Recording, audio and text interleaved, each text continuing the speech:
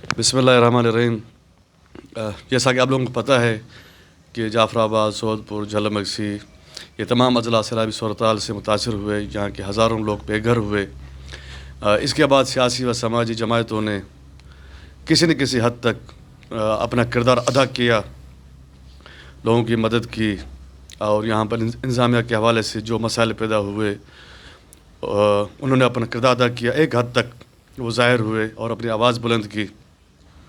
لیکن ایک اور رہنما ڈیرہ الیار کے ہیں، سیاسی و سماجی رہنما ہیں، ان کا تعلق جمعیت علماء اسلام سے بھی ہے۔ وہ ضلع جعفر آباد کی سطح پر ایکشن کمیٹی بنی ہوئی ہے، مختلف جماعتوں پر مشتمل ہے، اس کے چیئرمین بھی ہیں میر غلام صلی اللہ علیہ صاحب۔ وہ اس ساری صورتحال میں کہیں بھی نظر نہیں آئے۔ تو آج ہم نے ان کو فون کیا کہ جا کر ان سے پوچھتے ہیں کہ وہ اس ساری صورتحال میں کہاں تھے، اور انہوں نے ضلع انتظامیہ کے حوالے سے یا سیلاب متاثرین کے حوالے سے اپنا کردار ادا کیوں نہیں کیا۔ تو میرے ساتھ موجود ہیں میر غلام صلی اللہ علیہ صاحب، ان سے پوچھتے ہیں کہ اچھا میر صاحب آپ بتائیں کہ 1.5 ماہ سے ہمارے جعفر آباد میں سیلاب ہے، ڈیرہ الیار میں سیلاب ہے، لوگ متاثر ہوئے ہیں، یہاں پر آئے روز مظاہرے ہوتے ہیں، کئی مظاہرے ہوئے، لوگوں نے ٹائر جلائے، لوگوں کی اس طرح سے مدد نہیں ہو سکی، مختلف سیاسی جماعتوں نے یا شہریوں نے اپنا کردار ادا کیا، لیکن آپ اس ساری صورتحال سے باہر تھے، اس کی کیا وجوہات ہے؟ نحمدہ صلی اللہ رسول الکریم، بسم اللہ الرحمن الرحیم۔ ہم آہ کرتے ہیں بھی ہو جاتے ہیں بدنام، لوگ قتل کرتے ہیں چرچا تک نہیں ہوتا۔ تو جاوید بھائی گزارش یہ ہے کہ لوگ اس وقت ہمارے جو نصیر آباد ڈویژن نہ بلوچستان نہ بلکہ پورا ملک میں سنگین صورتحال ہے، اور ان کو پتہ ہے کہ ہمارا خاص خصوصاً ڈویژن اور ہمارا ایک پلان کے تحت، میں خود آپ کو تو پتہ ہے یونین کونسل جھڈیر کا چیئرمین بھی رہ چکا ہوں، اور ہمارا علاقے سے پانی یہاں سے گزر کر ڈیرہ الیار آیا۔ تو جب کٹ لگانے کے لیے ہم نے کوشش کی کہ یہاں سے جب پانی تھوڑا سلو آ رہا ہے تو تاکہ ہم اس کو راستہ دے پانی نکل جائے، لیکن پتہ نہیں کیوں ہمارے ضلع انتظامیہ نے بضد تھا کہ پانی جمع ہو جائے۔ جب جمع ہونے کے صورت میں تو ظاہر ہے پانی جتنا جمع ہوگا اتنا خطرناک ہوتا جائے گا، اور پھر مجبور ہو کر کے ڈپٹی کمشنر آ کر کے کٹ لگا کر ہمارے گاؤں جہاں پانی نہیں آنا تھا لیکن پھر بھی جمع کر پانی اس کو کٹ لگایا، اور یہاں سے پورا ڈیرہ الیار، بھٹی مالا، کرم شاہ، یہ جو ایریا کا پانی تھا، یہ سمشاغی سارا، اور ہمارے جیسے کہ مرید بگٹی کا گاؤں تھا یا اور کوئی اتنے بہت سے درمیان میں گاؤں تھے، یا یہ سارے ڈوب گئے۔ اس کی وجہ سے انتظامیہ کے نااہلی اور ناتجربہ یا کوئی منصوبہ تھا، اللہ جانے کس چیز کا۔ ایک تو یہ، دوسری آپ نے کہا کہ لوگوں نے ٹائر جلائے، احتجاج کیا، تو احتجاج اس جگہ پر کیا جاتا ہے جہاں سے ڈپٹی کمشنر کے اگر خلاف احتجاج ہو تو کمشنر ہماری بات سنے، یا کمشنر کے خلاف ہو تو چیف سیکرٹری سنے یا سی ایم سنے۔ یہاں سب کوئی سننے والا یہاں سے لے کر اوپر سے لے کر یہاں تک کوئی بھی نہیں ہے۔ آج تک جو بھی افسر آیا ہے یا اس وقت میں جو ہمارے جعفر آباد میں تعینات ہے مختلف ڈپارٹمنٹ کے، وہ لوگ منشی کا کردار ہے ان کا۔ وہ کہتے ہیں کہ ہمیں فلاں بندے نے لایا ہے، ہم اس کے تابع داری کریں گے، اور اس کے بغیر نہ آپ ہمیں ٹرانسفر کروانا ہے تو جاؤ اوپر۔ تو اوپر بھی سننے والا کوئی نہیں، یہاں بھی سننے والا کوئی نہیں۔ میرے اپنے گاؤں میں ہمارے کچھ، آپ کے گاؤں کا نام کیا ہے؟ کون سے؟ میرے گوٹ غلام رسول لہڑی یو سی جھڈیر میں، آپ کو پتہ ہے ہائی اسکول میرے گاؤں میں ہے۔ ہمارے اسکولیں تباہ ہو گئی، پہلے کمرے ہمارے اسکول میں نہیں تھے، 3 کمرے تھے ہائی اسکول میں۔ یہ ظلم کی انتہا ہے، اس کے باوجود وہ بھی گر گئے۔ ابھی بھی آپ چل کر کے دیکھیں۔ بات یہ ہے کہ یہاں ہم لوگ انسان نہیں رہتے ہیں، ہم حیوانات کا، جو آدمی حیوان پالتا ہے اس کا بھی خیال رکھا جاتا ہے، اس کو بھی گھاس دیا جاتا ہے۔ تو اگر ہمیں حیوان بھی سمجھے تو ہمارے لیے غنیمت ہے۔ یہ لوگ ہمیں حیوان بھی نہیں سمجھ رہے ہیں، اوپر سننے والے نہیں ہیں۔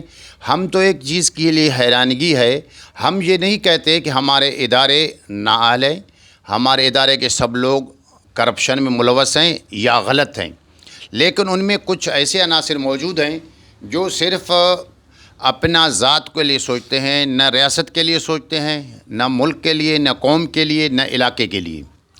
تو ہم جاوید بھائی کیا بولے، جو ہمارا کوئی بات سنتا نہیں ہے، جو ہماری کوئی اہمیت ہی نہیں ہے. ایک جانور کی بھی اہمیت ہوتا ہے، ہمیں لوگ اسی لیے پالتے ہیں کل اس کا گوشت ہمیں کام دے گا. تو ہمیں جانور بھی نہ سمجھتے ہیں، نہ اوپر والے نہ نیچے والے. مجھے لگتا ہے دیکھیں ہم سیاسی لوگ ہیں. میں خود ابھی اس وقت جمعیت علماء اسلام پاکستان کا سپریم کونسل کا رکن ہوں. آپ کو پتہ ہے بچپن سے میں JTI میں اسٹرائک کی ہے. ہماری ایک ریکارڈ ہے.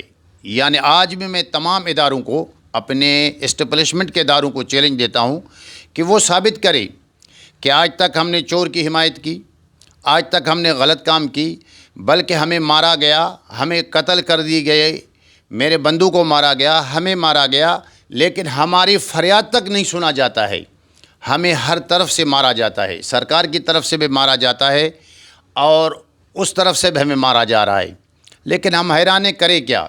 تو اسی لیے ہم نے سمجھا کہ ہوگا کچھ نہیں، پھر خام خواہ اپنی بولیں، احتجاج کرے، کس کے سامنے کرے. تو اسی لیے ہم خاموش تھے. تو اسی لیے ہم نے کہا کہ بہتر یہی ہے کہ ہم خاموش رہیں. ٹھیک ہے میر صاحب، آپ نے یہ تو کلیئر کر دیا کہ آپ کیوں خاموش تھے، کیونکہ آپ جو ملک کے طاقتور لوگ ہیں ان سے مایوس ہو چکے ہیں.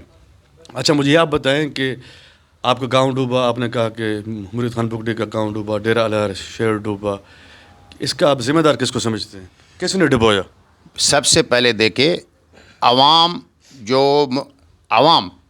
انتخاب ہوتا ہے، کونسلر بناتا ہے، ووٹ دیتا ہے، چیئرمین بناتا ہے، آپ کا MPA بناتا ہے، MNA.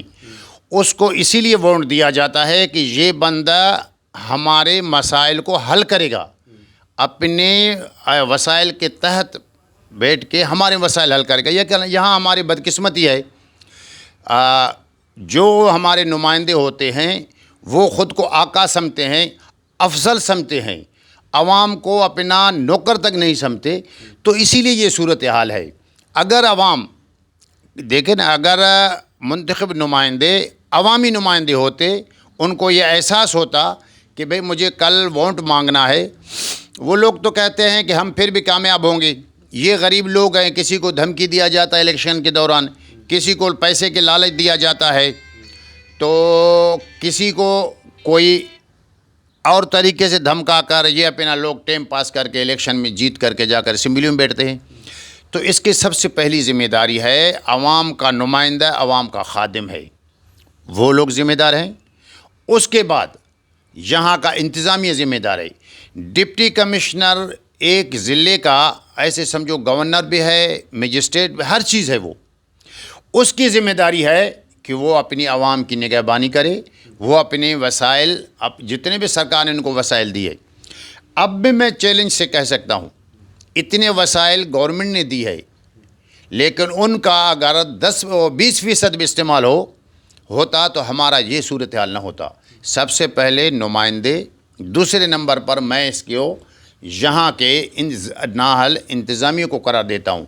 ابھی دیکھیں اس وقت صورتحال، ڈیرہ الہر ڈوبا ہوا ہے، ابھی تک مہینے سے زیادہ گزر چکا ہے پانی کو. اور ہم نے سنا ہے، یہ مجھے علم نہیں ہے لیکن لوگوں سے سنا ہے کہ ایک NGOs نے 4 کروڑ کسی کو ٹینڈر دیا ہے ڈیرہ الہر کے پانی نکالنے کا. ٹھیک ہے جی، 4 کروڑ تو بڑی پیسہ ہے. میں چیلنج کرتا ہوں کہ 7 دن کے اندر اندر مجھے 2 کروڑ دیا جائے. 7 دن کے اندر اندر ہم یہ سارا، صرف اس کے جو ہے نا، ہم نے سارا ڈیرہ الہر کا پانی صاف کر کے دیں گے. اگر ہم نے 7 دن میں نہیں کیا، پھر آئندہ ہم سیاست بھی نہیں کریں گے. میں بیٹھا ہوا تھا، میں آپ کو جو بات کہہ رہا ہوں یہ تصدیق شدہ بات ہے. میں بیٹھا ہوا تھا تو کسی افسر کو اپنا ڈپارٹمنٹ کا اس کو فون آیا، اس کا کہ سائیں ابھی ہمارے فنڈ ریلیز نہیں ہوا ہے، تو یہ کہہ رہے کہ پانی نکالنے، کہتے پانی کو مت نکالو.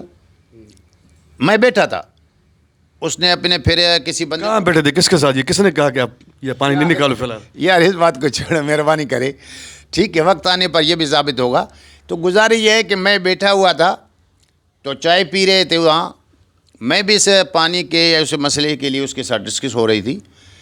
تو وہاں فون آیا تو اس نے کہا کہ آپ اس سے بات کریں، یعنی اپنے متعلقہ دفتر کے بندے کو فون دیا، یہ باہر گیا، اس کے ساتھ بات کی، پھر واپس آیا، اس نے اس کو فون دیا، اس متعلقہ افسر کو، بڑے کو، کہتا ہے کہ سر یہ کہہ رہا ہے کہ پانی ابھی تک نہیں نکالو جب تک ہمارا فنڈ ریلیز نہیں ہو، نہیں تو ہمیں فنڈ نہیں ملے گا، وہ ٹیم آ رہا ہے پانی دیکھے گا، پھر پانی کو نکالو۔ یار یہ ظلم کی انتہا ہے۔ تو ہمارے سامنے یعنی اتنی بے شرمی سے، ان کو اتنی بھی شرم نہیں آیا کہ لوگ سیاسی لوگ بیٹھے ہوئے ہیں ان کے سامنے سریعام کہہ رہے ہیں کہ وہ کہہ رہے ہیں کہ پانی مت نکالو۔ ہم لوگ گئے ہیں، وہ کچھ لوگ ان کو بتا رہے ہیں کہ سر مہربانی کرے اس طریقے سے، ہم اس کو اپنا تجویز دے رہے ہیں، تجاوز دے رہے ہیں کہ یہ طریقے سے پانی نکلے گا۔ ہم تجویز کے لیے، وہ کہتا ہے کہ پانی مت نکالو، کم سے کم ہمارا تو شرم کرتا، اس کو اس وقت جو ہے یہ بات نہیں کہنا چاہیے تھا۔ تو یہ لوگ کرپشن بڑے کھلے یعنی اسے عام کر رہے ہیں، دیدہ دلیری سے کر رہے ہیں۔ کہتا ہے کوئی ہمارا فلان صاحب ہمارا سپورٹ کر رہا ہے، کوئی کہہ رہا ہے فلان صاحب کر رہا ہے، تو عوام جائے کدھر جائیں؟ میں اداروں کو گزارش کرنا چاہوں گا، آنکھیں کھولو، آنکھیں کھولو، حالات اس قدر خراب ہوتے جا رہے ہیں، آپ لوگوں کے ساتھ اندھے عینک لگے ہوئے ہیں، یا آپ لوگ خوش فہمی میں مبتلا ہو رہے ہیں، لوگ بیزار ہو رہے ہیں۔ مجھے ایسا لگ رہا ہے کہ آخر کار یہ ایسا نہ ہو کہ تنگ آیت جنگ آیت والی بات نہ ہو، گھر گھر گلی گلی کوچو کوچو جنگ نہ ہو جائے۔ تو ہم اس خطرات سے ہم اپنے اسٹیبلشمنٹ کو بھی آگاہ کرنا چاہتے ہیں کہ آپ لوگ اگر ملک کے خیر خواہ ہیں، آپ لوگ اگر اچھائی کی طرف ملک کو لینا جانا چاہتے ہو، ابھی دیکھو آج تک میرے یونین کونسل یہ کم سے کم ہمارے 3-4 گاؤں ہے، وہاں مجھے کسی نے بتایا، ہو سکتا ہے غلط ہو، ٹھیک ہے نا، لیکن ہم اسی لیے بھی اس کو سچ کہہ رہے ہیں کہ آج تک ایک کلو آٹے کا ایک یعنی ٹینٹ ہمارے گاؤں یا ہمارے علاقے میں ہمارے لوگوں کو انتظامیہ کی طرف سے یا کسی انجوئز کی طرف سے یا کسی مخیر حضرات کی طرف سے نہیں ملا۔ اب گزارش یہ ہے کہ ہمارے راستے کو کٹ لگایا، ہم اپنے لاش پانی سے گزر کر لے جاتے ہیں قبرستان، ابھی کٹ کو ابھی بند کر دیا گیا ہے۔ تو صورتحال یہ ہے کہ یہ جو پیسے آئے سرکار کی، یہ کہاں خرچ ہوئے، کیسے ہوئے؟ اب ایک دفتر کا کلرک ہے، اگر کوئی راشن دے رہا ہے فرض کرو، یا کوئی اس کا ایک سپریڈنٹ ہے یا کوئی بھی ہے، ابھی وہ کروڑ پتی، ابھی میرے گاؤں کے ساتھ ان کے وہ عزیز بیٹے ہیں کسی دفتر ڈی سی آفس کے بندے کا، پہلے اس کے پاس 1 روپیہ نہیں تھا، اس نے جو ہے نا 3 ایکڑ یعنی 6 جریب زمین اس نے خریدا، جس کی تنخواہ 40,000 ہوگا، 50,000 ہوگا، 60,000 ہوگا، 1 لاکھ ہوگا۔ مجھے آپ بتائیں یہ پیسے کہاں سے آتے ہیں؟ ہمارے اداروں کو نظر نہیں آ رہا ہے۔ میری نظر میں